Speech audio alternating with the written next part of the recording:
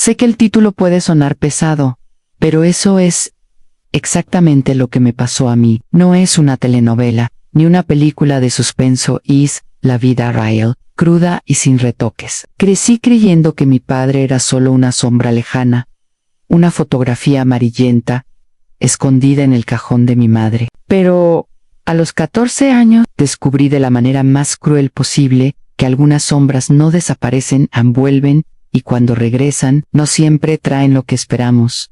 Mi nombre es Zulaida, hoy tengo 68 años, y durante mucho tiempo guardé silencio sobre lo que voy a compartir aquí. Lo mantuve en silencio porque creía que nadie lo entendería, pero a lo largo de los años, me he dado cuenta de que contar mi historia no se trata solo de mí, se trata de todas las mujeres que han experimentado violencia y todos los niños que han crecido sin entender por qué el mundo parecía tan injusto. ¿Alguna vez has sentido que un viejo recuerdo sigue persiguiéndote, incluso después de décadas? Lo he sentido toda mi vida, y si te quedas conmigo hasta el final de esta historia, entenderás cómo es posible sobrevivir a lo peor, reconstruirte e incluso transformar el dolor en propósito. Tal vez te reconozcas en algunas partes, tal vez conozcas a alguien que necesite escuchar eso ahora mismo. Prepárate, porque lo que voy a revelar aquí no es fácil, pero es necesario, porque el silencio nunca ha protegido a nadie, y hablar, incluso si duele, puede salvar una vida. Crecí sin saber lo que era tener a un padre sentado a la mesa, preguntando sobre mis calificaciones o llevándome de la mano a la escuela. La única imagen que tenía de él era una fotografía en blanco y negro, ya medio descolorida, que mi madre guardaba en una caja de zapatos. Miré ese retrato como si observara a un extraño, tratando de adivinar si había alguna parte de él en mí. Los niños de la calle hablaban de papá, y yo, con mi actitud tranquila, respondía solo con una sonrisa amarilla. Elf cargaba con un vacío que no podía nombrar, pero que lo agobiaba todos los días. Mi madre, para evitar preguntas dolorosas, contaba historias fragmentadas. Dijo que Martín, mi padre, era un hombre guapo, pero con un corazón voluble. Ella nunca explicó por qué se había ido. Solo suspiró profundamente, como alguien que lleva recuerdos que duelen más de lo que las palabras pueden traducir. Crecí juntando piezas de estas historias, como alguien que arma un rompecabezas sin tener la imagen final de la caja. El resultado siempre fue una sensación de incompletitud, de que faltaba algo esencial en la escuela. Cuando me pedían que dibujara a la familia, garabateaba solo a mí y a mi madre. A veces inventaba un perro, para que la sábana no pareciera tan vacía. Los profesores me miraron con lástima, y algunos compañeros de clase preguntaron dónde estaba mi padre. Puso excusas. Viaja mucho, trabaja lejos. Era más fácil crear mentiras que lidiar con el dolor de admitir que simplemente no estaba allí. Lo curioso es que, aunque estuvo ausente, la sombra de mi padre influyó en mi vida. Cuando hacía algo mal, mi madre decía, si él estuviera aquí, lo verías. Era una forma de imponer respeto, pero también un recordatorio de que había un espacio vacío en la casa, un lugar que nadie llenaba. Crecí entre su inmenso afecto y su ausencia, aprendiendo desde el principio que el amor puede ser abundante y escaso al mismo tiempo en aquella época. En los años 60, no era habitual hablar de abandono paterno. Los vecinos susurraron. Algunos incluso insinuaron que era culpa de mi madre, como si no hubiera podido mantener a un hombre en casa. Vi la mirada de juicio y aprendí, desde una edad temprana, que a la sociedad le gusta culpar a las mujeres, incluso por las elecciones de los demás. Esto me hizo desarrollar una piel gruesa, todavía una niña, pero también una sed de justicia que solo crecería con el tiempo. Recuerdo pasar horas imaginando cómo sería si mi padre regresara. Me abrazaría, me diría que se lo perdió. Me aferré a estas fantasías para no sentir tanto la realidad. Era como si el vacío pudiera llenarse con una esperanza inventada. Pero el tiempo mostraría que la vida tiene una forma cruel de confrontarnos con verdades que nos gustaría evitar hoy. Mirando hacia atrás, me doy cuenta de que la ausencia de mi padre fue mi primer gran maestro. Me enseñó, a través de dolor, que no siempre podemos elegir quién se queda o quién se va, pero podemos elegir qué hacemos con los espacios vacíos que nos dejan. Y yo, aún inconsciente, estaba justo al comienzo de un viaje que mezclaría abandono, reencuentros y cicatrices profundas.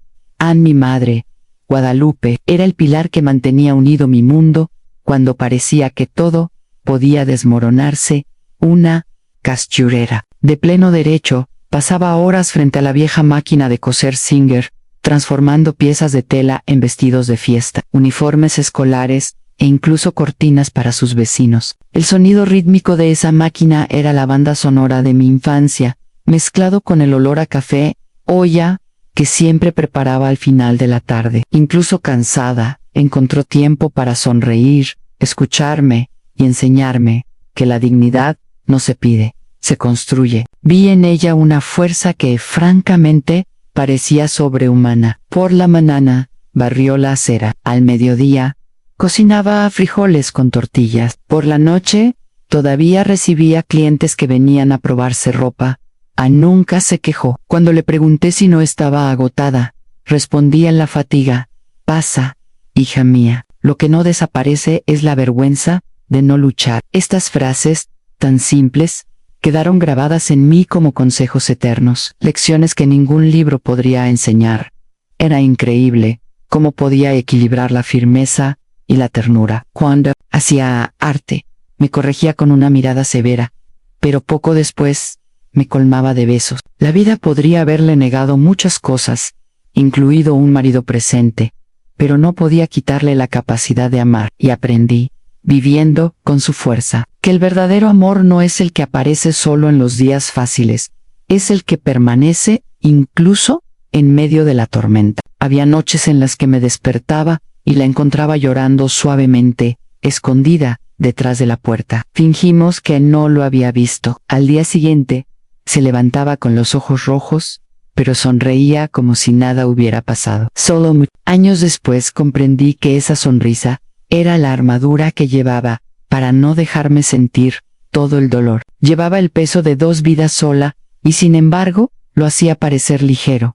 A los vecinos la admiraban. Algunos dijeron a doña Guadalupe: no sé cómo maneja todo. Y ella, sin vanidad, se limitó a responder: hacemos lo que hay que hacer. Fue esta simplicidad lo que la hizo grande. No esperaba aplausos, no buscaba reconocimiento, seguía adelante, cosiendo no solo ropa, sino también el futuro que me daría la oportunidad de soñar así.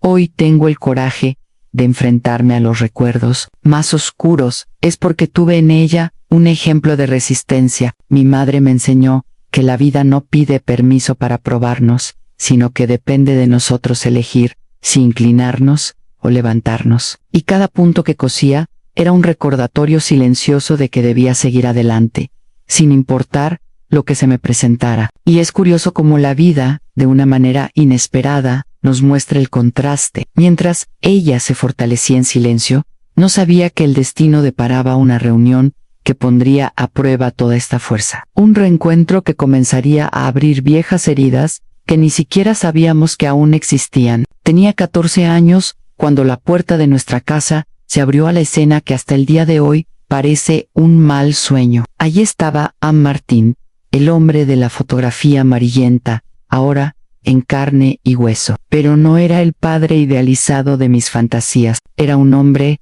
demacrado, encorvado, de piel amarillenta y ojos hundidos. Llevaba un maletín viejo y una mirada perdida que parecía disculparse y exigir atención. Al mismo tiempo, a mi madre lo congeló de inmediato. Nunca olvidaré el silencio que se apoderó de la habitación, como si incluso la máquina de coser hubiera dejado de respirar. Guadalupe no dijo nada en los primeros minutos, solo lo miré con una mezcla de ira, compasión e incredulidad. Yo, en la esquina, sentí que mi corazón latía tan fuerte que parecía querer saltar de mi boca. El padre ausente estaba ahora ante mí, pero no como un héroe, sino como un extraño derrotado. Pidió agua. La voz era ronca, llena de vergüenza. Mi madre, aunque estaba molesta, sirvió. Eso me marcó en su gesto, decía más que 1000 palabras. Todavía podía acercarse al que nos había dado la espalda. Y yo, mirando, No sabía si quería correr a abrazarlo o echarlo de allí al mismo tiempo. Era como si toda mi vida se pusiera patas arriba, sin previo aviso. En los días siguientes, se quedó, primero en el sofá, luego en una pequeña habitación en la parte de atrás. Trajo consigo más preguntas que respuestas. Lo miré con la curiosidad de una hija, pero también con la ira acumulada de años de ausencia. Quería gritar, ¿dónde estabas cuando lo necesitaba? Pero las palabras murieron en mi garganta, porque había algo trágico en su presencia. Ya no estaba completo, ya no era el hombre que podía llenar el vacío dejado.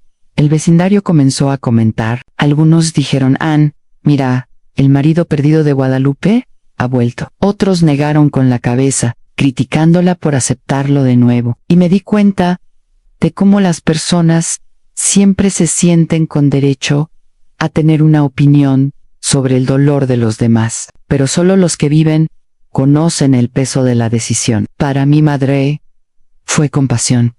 Para mí fue confusión. Para él era la supervivencia. Fue en ese momento que entendí algo duro. A veces la vida no nos devuelve lo que nos quitó. Devuelve una versión rota, casi irreconocible, y depende de nosotros decidir qué hacer con ella. Todavía tenía una parte dentro de mí que quería creer que, quién sabe, de ahí nacería una relación. Quizás demasiado tarde, pero aún posible. No tenía idea de que este regreso sería solo el comienzo de un torbellino. El reencuentro que soñé en la infancia se convertiría en la mecha de recuerdos, dolores y decisiones que cambiarían mi vida para siempre. Su llegada puso la casa patas arriba. Vi a mi madre caminando de un lado a otro, sin saber si tratarlo como un esposo, un extraño o un intruso. Era visible que algo dentro de ella estaba dividido. Por un lado, la ira por el abandono; por otro, la compasión de aquellos que no pueden dar la espalda a alguien enfermo. Y yo, atrapada en este entorno, sentí un torbellino de sentimientos que ni siquiera sabía cómo nombrar. Era odio, era curiosidad, era un poco de esperanza maldita que insistía en brotar. Recuerdo mirar fijamente a ese hombre delgado y sin afeitar, tratando de ver algún rastro mío en su rostro. Teníamos la misma sonrisa, la misma forma de fruncir el ceño. En el fondo, quería desesperadamente encontrar un pedazo de mí en él, para justificar todos los años de espera. Y al mismo tiempo, cada mirada que le daba sacaba a relucir la revuelta por todo lo que no era. Es extraño querer conocer a alguien y querer olvidarse de ellos en el mismo segundo. A mi madre, incluso tratando de ocultarlo, soltó frases cargadas de dolor. Martín, ¿sabes lo que me hiciste?, dijo una vez, con voz temblorosa. Bajó la cabeza, pero no respondió. Miraba desde fuera, como espectador de una obra mal ensayada, donde los actores ya no creen en su propio guión. Su compasión era mayor que su dolor, pero todavía no sabía si era fuerza o debilidad. En el fondo, también quería creer que podría haber un nuevo comienzo. Quién sabe, tal vez se regeneraría, pediría perdón. Y finalmente tendría al padre, que dibujé tantas veces solo por imaginación. Era un hilo de esperanza, frágil, pero aún esperanza. Y cuando cargamos con un vacío tan grande, incluso una chispa puede parecer un fuego completo, pero el peso de la convivencia no tardó en aparecer. La rutina comenzó a cambiar. En silencio más pesado en la mesa, miradas sospechosas, noches en las que escuchaba a mi madre llorar en la habitación. Era como si su presencia hubiera devuelto no solo recuerdos, sino también heridas que nunca habían sanado. Y me di cuenta de que esa esperanza comenzaba a mezclarse con el miedo. Aún así, había una parte de mí que se aferraba a la idea de que todo podía cambiar. Cuando era adolescente, todavía creía en la magia del tal vez. Tal vez cambiaría, tal vez habría tiempo para recuperar lo que se perdió. Tal vez finalmente podría decirle a alguien, ese es mi padre. Pero, en silencio, una sombra creció, y esta sombra solo se volvería más clara cuando sus extraños comportamientos comenzaran a aparecer. Lo que parecía ser solo fragilidad física se revelaría como algo mucho más profundo, capaz de transformar esa esperanza en una sombría advertencia de lo que estaba por venir. No me tomó mucho tiempo darme cuenta de que algo en Martín no estaba bien. No estoy hablando solo de su frágil cuerpo o de la tos insistente que le hizo perder el aliento en medio de la noche. Había un indicio de inadaptación en él, una inquietud que no podía explicarse con medicamentos. A veces me sentaba en la oscuridad, riéndome de cosas que nadie había dicho. En otras ocasiones, caminaba de un lado a otro, como si escuchara pasos invisibles detrás de él. Eso me dejó con la sensación de vivir al lado de una bomba de tiempo. Su sueño era otro punto. Pasaba las noches despierto, fumando sin parar, con los ojos fijos en algún punto de la pared. Cuando llegó el sueño, estaba inquieto, lleno de murmullos y gritos ahogados. Estaba asustada. Mi madre fingió no escuchar. Pero, en el fondo, sabíamos que este hombre no solo cargaba con el peso de un pasado de abandono, sino que había algo dentro de él que rayaba en lo incontrolable. A las conversaciones también comenzaron a volverse incómodas. De repente, Martín dijo que los vecinos hablaban mal de él a sus espaldas, que la policía lo vigilaba, que alguien planeaba hacerle daño. No sabía si era paranoia, enfermedad o simplemente una excusa para justificar su amargura. Pero una cosa estaba clara: cada día se volvía más impredecible y cuando la imprevisibilidad se mezcla con la agresividad, el peligro comienza a vivir dentro de su propia casa. Martín tuvo momentos de explosión de la nada. Podría estar comiendo en silencio y de repente golpear mi plato contra la mesa, acusando a mi madre de traición. O mírame con un desprecio que me helaba la columna vertebral. Nunca supe qué versión de él encontraría cuando bajara a desayunar mi madre. Trató de revelar, justificando es la enfermedad, hija, no está bien de la cabeza, pero ya estaba empezando a sentir que no era solo eso. Era como si años de rencores, adicciones y arrepentimientos no resueltos estuvieran carcomiendo la poca humanidad que quedaba. Y ese hilo de esperanza que aún conservaba comenzaba a romperse. Es difícil para un adolescente entender estas cosas. Oscilé entre sentir lástima por él y querer que desapareciera de nuevo, entre querer abrazar y querer huir. Pero el miedo ya había echado raíces, y cada risa fuera de turno, cada mirada enojada, era un recordatorio de que algo malo estaba a punto de suceder y algo no tomaría mucho tiempo. Solo se necesitó un pequeño incidente con un vecino para que la violencia, que estaba al acecho, se instalara dentro de nuestra casa de una vez por todas. Y cuando entró, no dejó lugar a ninguna esperanza. A la mecha llegó de manera banal, como tantas tragedias que comienzan en pequeños detalles. Era una tarde calurosa, y el vecino de enfrente fue al patio a buscar la pelota de su hijo que se había caído allí. Nada del otro mundo. Pero para Martín fue como una invasión. De repente se levantó, con los ojos iluminados de rabia, y comenzó a gritar que nos estaban espiando, que nadie tenía derecho a pisar su suelo. El tono de voz era tan agresivo que incluso el perro de la calle ladraba sin parar. A mi madre, tratando de apaciguar, intervino Martín. No es nada de eso. Solo vino a buscar el balón. Pero era como si cada una de sus palabras fuera gasolina en el fuego. La empujó brutalmente contra la pared, gritando que ella lo avergonzaba frente a los vecinos. Yo, sin pensarlo, di un paso adelante para defenderla.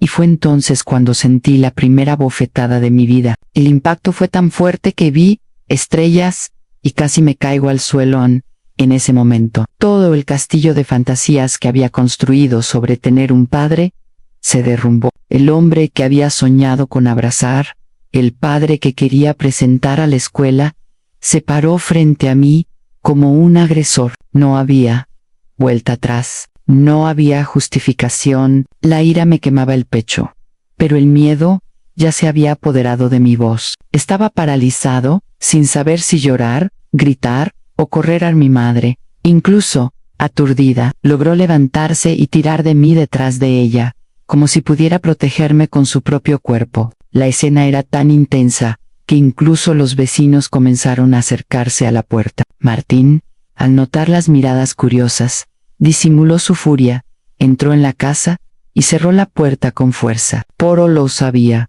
Ese momento había hecho añicos Cualquier ilusión de coexistencia pacífica, a la bofetada, estaba marcada no solo en la cara, sino también en el alma. No podía mirarlo sin sentir una mezcla de odio y tristeza. Y lo más cruel fue darme cuenta de que mi madre todavía estaba buscando excusas para su comportamiento. Tal vez por miedo, tal vez por amor no resuelto, tal vez por esa compasión que nunca la abandonó. Anne, fue a partir de ese día que comencé a vivir en alerta. Cada paso dentro de la casa estaba calculado, cada palabra medida, como quien camina sobre vidrios rotos, tratando de no sangrar. La esperanza de que pudiera cambiar se convirtió en una vigilancia constante, en previsión del próximo brote Anne, y desafortunadamente, el próximo brote no tardaría mucho. Lo que comenzó con gritos y bofetadas, pronto se convertiría en algo mucho más oscuro, culminando en esa noche de mayo, cuando la violencia estalló. Irreversiblemente, era temprano en la mañana del 17 de mayo de 1971, cuando finalmente sucedió lo que más temía. El silencio de la casa fue desgarrado por gritos desesperados. Salí de mi habitación y vi a mi madre siendo empujada contra la mesa de la cocina, su mirada pidiendo ayuda. Martín estaba fuera de sí, con los ojos rojos, la respiración entrecortada, como si fuera un hombre más. Quería correr hacia ella, pero mis piernas se bloquearon. Era como si el suelo se hubiera convertido en arenas movedizas. La escena parecía no tener fin. Tomó un cuchillo de cocina, y en un instante que nunca olvidaré, lo clavó contra el cuerpo de mi madre. Su grito resonó en toda la casa, y murió en el mismo segundo. Mi mundo se vino abajo. No había palabras, solo el sonido de mi respiración atascada en mi garganta, y la sensación de que el tiempo se había detenido. Mi madre,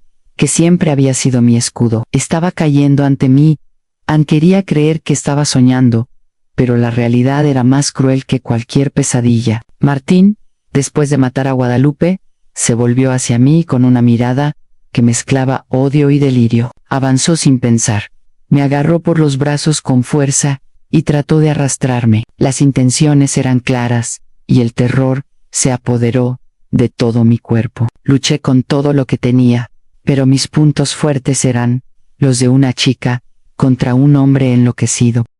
Fue en ese momento que el instinto habló más fuerte. Logar liberam, lo golpeé y corrí hacia el dormitorio, tratando de cerrar la puerta, pero su furia no se detuvo, y el sonido de los golpes contra la madera resonó como un trueno. Sabía que si no salía de allí, no sobreviviría. La única salida era la ventana. Lo abrí con desesperación, rasqué todo, pero salté. Caí al suelo en el patio trasero de dolor, pero vivo descalzo, ensangrentado y en estado de shock. Corrí por la calle oscura de Saltillo. Cada paso parecía una eternidad. Solo pensé en una cosa: en sobrevivir. La respiración era corta. Mis ojos se llenaron de lágrimas, pero dentro de mí algo decía que todavía había una posibilidad. Logré llegar a la casa del teniente Morales, un vecino respetado, que era conocido por su rigor y sentido de la justicia. Cuando llamé a la puerta, apenas podía hablar. Me desmayé en sus brazos, llevando conmigo la última imagen de mi madre, y la marca de violencia que cambiaría mi vida para siempre. Y allí comenzó no solo la huida de la muerte, sino también el largo camino hacia la justicia y la reconstrucción. Un paseo que aún no sabía lo doloroso que sería. Anne. Desperté de desmayarme, ya acostado en el sofá de la casa del teniente Morales. Recuerdo el fuerte olor a café recién hecho, y su voz tratando de calmarme. Estaba temblando tanto que apenas podía hablar. Las manos ensangrentadas, los rasguños en su cuerpo, el vestido roto. Rápidamente entendió que no era solo un accidente. Le pidió a su esposa que me trajera agua azucarada, y llamó al destacamento sin perder tiempo. Su esposa, la señora Elena, me cubrió con un chal y se paró a mi lado, repitiendo: Anne, se acabó, niña. Pero sabía que no había aprobado. Dentro de mí, el terror aún latía. Cada vez que cerraba los ojos, veía la escena del crimen, olía la sangre, escuchaba los gritos. Era como si mi cuerpo se hubiera escapado, pero mi mente todavía estaba atrapada allí. Aún así, logré contar fragmentos de lo que había sucedido. Mi madre mató a Anne, intentado. Las palabras llegaron en sollozos, pero fueron suficientes para que Morales entendiera la gravedad. Sin dudarlo, llamó a una patrulla. Mientras esperábamos, me dijo: quédate tranquila, Zuleida, ahora estás a salvo, yo me encargaré de eso. Me llevaron al hospital para tratar mis heridas. Entre puntos, vendajes y preguntas, una trabajadora social se sentó. Emil, fue la primera vez que escuché a alguien decir: Angie, eres un sobreviviente. Hasta entonces, me sentía como una niña perdida. Esa frase encendió una chispa en mí, que sin saberlo, sería el comienzo de mi fuerza.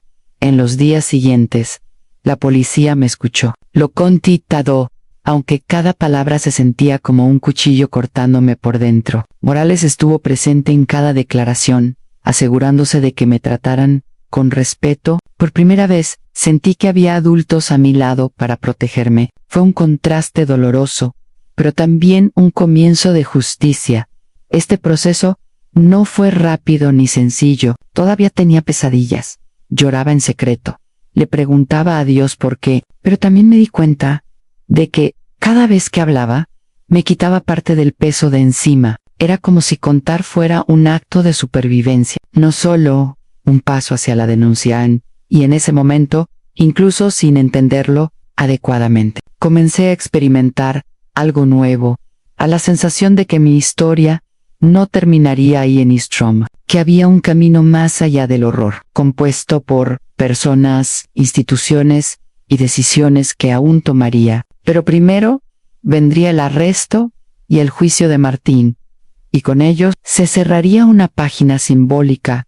Pasaron días que parecieron meses hasta que llegó la noticia. Martín había sido capturado en un pueblo en las afueras de Saltillo, tratando de esconderse en un galpón abandonado. Recuerdo la extraña sensación cuando el teniente Morales me dijo: no era puro alivio, era una mezcla de miedo, rabia y una especie de cierre. Era como si, finalmente, alguien dijera que la pesadilla tenía una frontera, al menos en el exterior. Fui llamado a dar nuevos testimonios. El Ministerio Público quería detalles, cronología, todo. Temblaba cada vez que repetía la historia, pero Morales siempre estaba ahí, firme, mirándome como si dijera: no estás solo. Cada palabra que dije fue como sacar una espina, dolorosa pero necesaria, para evitar que la herida se infectara.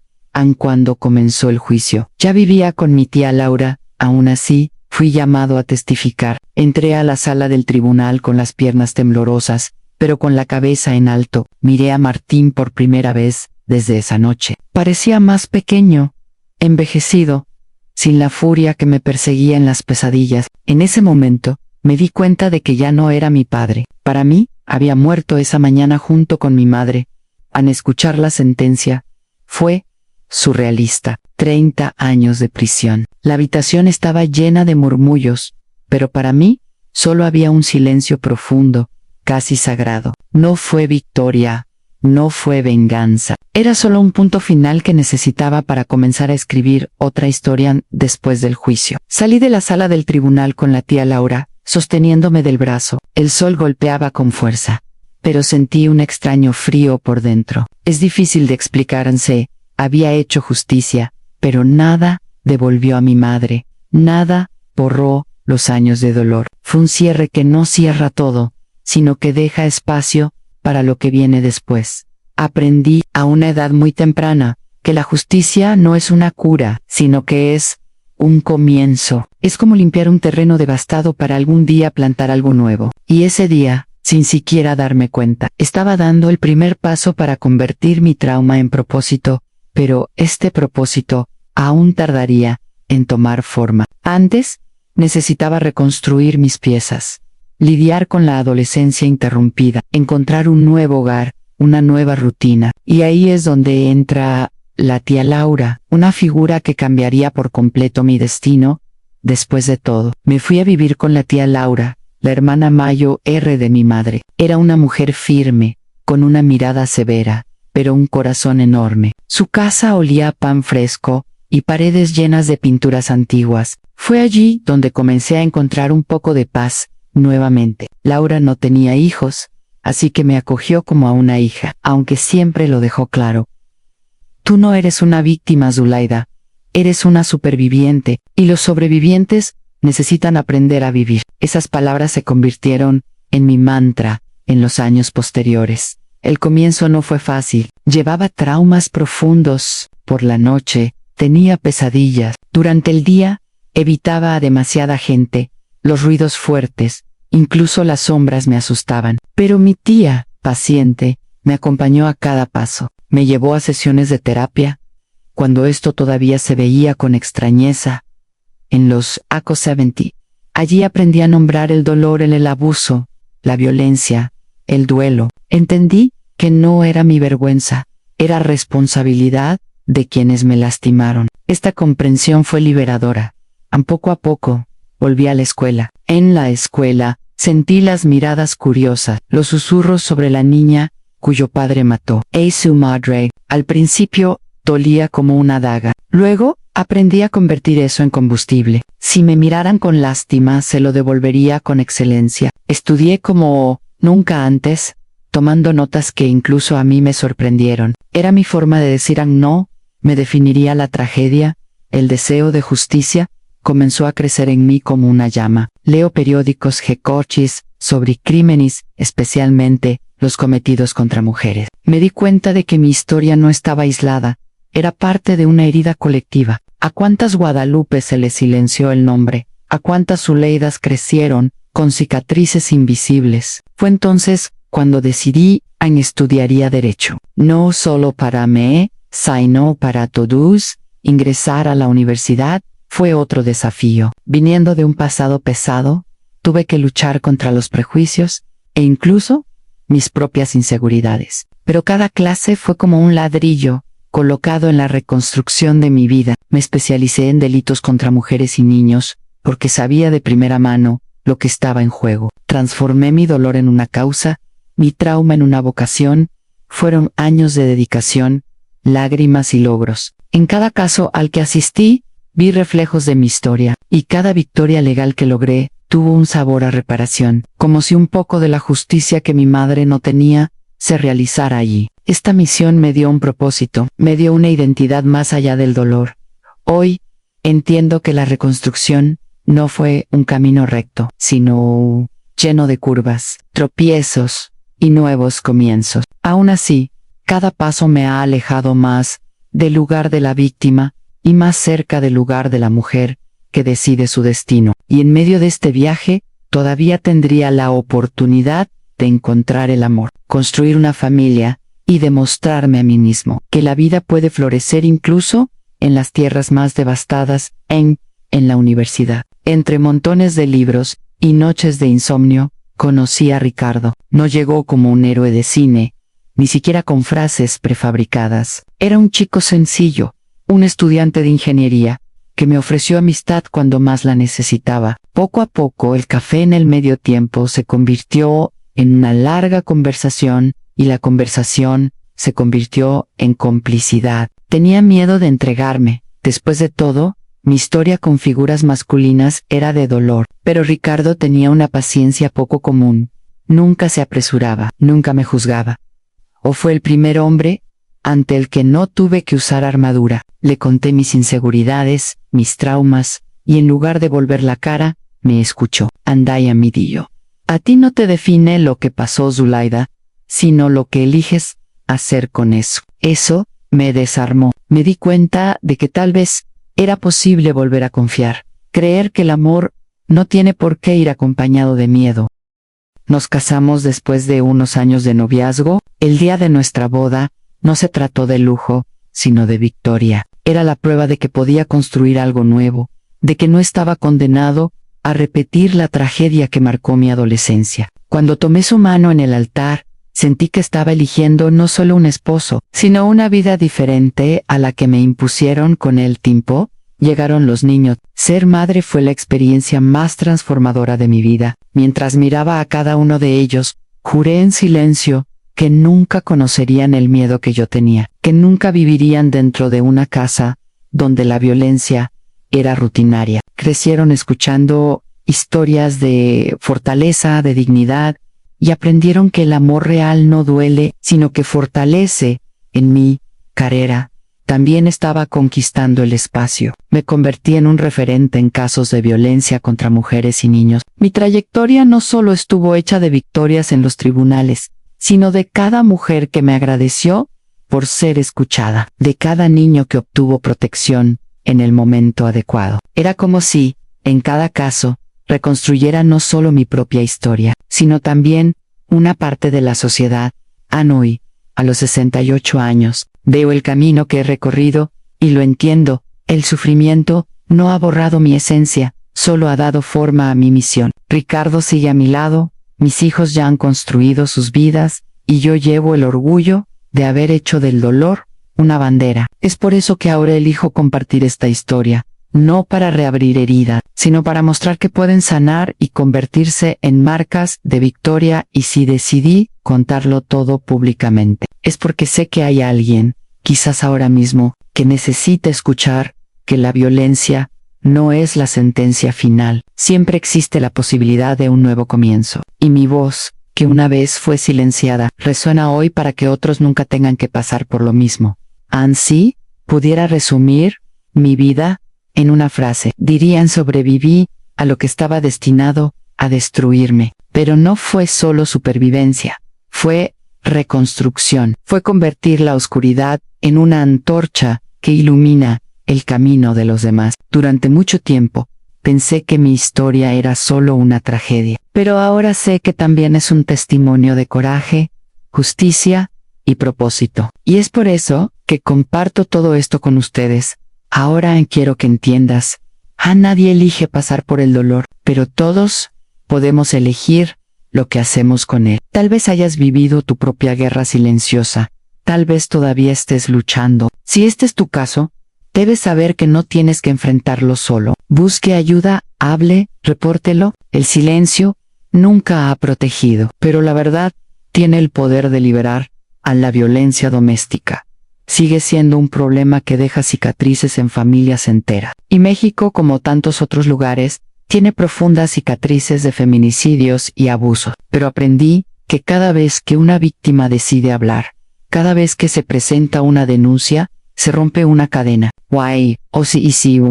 ¿Cómo? Poco a poco, cambiamos la historia. No digo que sea fácil, Anderechan dolerá, sangrará, parecerá que no hay salida, pero existe. Y tú también puedes encontrar el tuyo. La justicia puede ser lenta, la curación puede retrasarse, pero ambas son posibles. Soy la prueba viviente de ello hoy. Miro hacia atrás, y no solo veo el crimen que me marcó, también veo a la mujer en la que me convertí. Una abuela que lleva arrugas, pero también cicatrices transformadas en medallas de resistencia. Y si alguien, al escuchar mi historia, siente la fuerza para dar el siguiente paso, entonces todo valió la pena. Por lo tanto, te invito a reflexionar sobre tu vida. ¿Dónde llevas todavía silencios que te asfixian? ¿Qué puedes convertir en propósito? No dejes que tu dolor defina tu destino. Úsalo como combustible para crear una historia diferente. Y si este testimonio te tocó el corazón, te pido que te suscribas al canal, actives las notificaciones y compartas este video con aquellos que sabes que necesitan escuchar este mensaje. Juntos, podemos crear una red de esperanza, sanación y transformación. Porque al final del día, contar historias no se trata del pasado, se trata de dar un futuro a aquellos que todavía buscan la fuerza para continuar así. Has llegado hasta aquí. Respira hondo y permítete reflexionar. ¿Cuántas veces has creído que el dolor era el final de la línea? ¿Cuántas veces has pensado que no había salida, que la vida ya había decidido por ti? Mi historia muestra lo contrario. Incluso en medio de la oscuridad más densa, siempre hay una chispa capaz de encender un nuevo comienzo. Pregúntate, ¿qué he hecho con mis heridas? ¿He permitido que me paralicen o los he usado como combustible para crecer? Cada cicatriz puede convertirse en un recordatorio no solo del dolor, sino también de la fuerza que tuviste para superarlo. El pasado puede incluso haber intentado romperte, pero es en el presente donde decides si permanecerás caído o si te levantarás.